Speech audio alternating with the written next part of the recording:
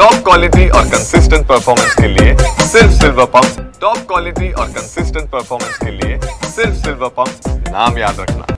कोल्हापुरातील करवीर निवासिनी अंबाबाई मंदिराचा परिसर येत्या 5 जूनपासून नो प्लॅस्टिक झोन होणार आहे। पश्चिम महाराष्ट्र देवस्थान समितीकडून या संदर्भातला मोठा निर्णय आहे तो घेण्यात आलेला आहे आणि या संदर्भात कालच पश्चिम महाराष्ट्र देवस्थान समितीने मंदिर परिसरातील सगळ्या विक्रेत्यांची बैठक आहे ते घेतली आणि या सगळ्या विक्रेत्यांना सक्त सूचना देण्यात आलेल्या आहेत की जे ओटीचं साहित्य असेल, कापूर किंवा अगरबत्ती, हे जे काही साहित्य प्लॅस्टिकच्या पिशव्यांमधून दिलं जातं ते तात्काळ बंद करावं, त्यासाठी कापडी पिशवी किंवा कागदाचा वापर करावा। त्याचबरोबर भाविकांना देखील पश्चिम महाराष्ट्र देवस्थान समितीने आवाहन केलेलं आहे की मंदिर परिसरामध्ये येताना कोणत्याही प्रकारचं प्लॅस्टिकचं साहित्य आहे ते आणू नये। आपण जर विचार केला तर रोज मोठ्या संख्येने भाविक या सगळ्या मंदिर परिसरामध्ये येत असतात, त्यांच्याकडून अगरबत्ती असेल, कापूर असेल, हे सगळं साहित्य आहे ते प्लॅस्टिकमधून च्या पिशव्यांमधून घेतलं जातं आणि ते सगळं साहित्य आहे ते मंदिर परिसरामध्ये टाकलं जातं।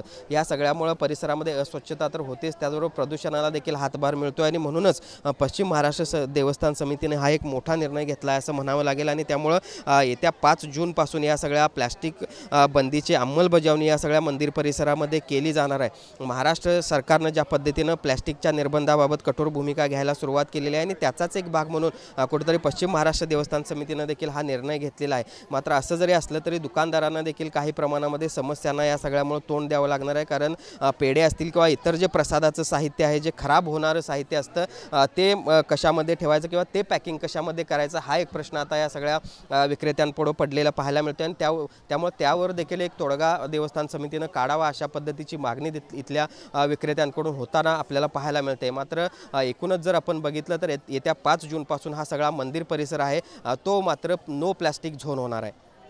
जर्नलिस्ट सुनील काटकसह भूषण पाटील, TV9 मराठी, कोल्हापूर।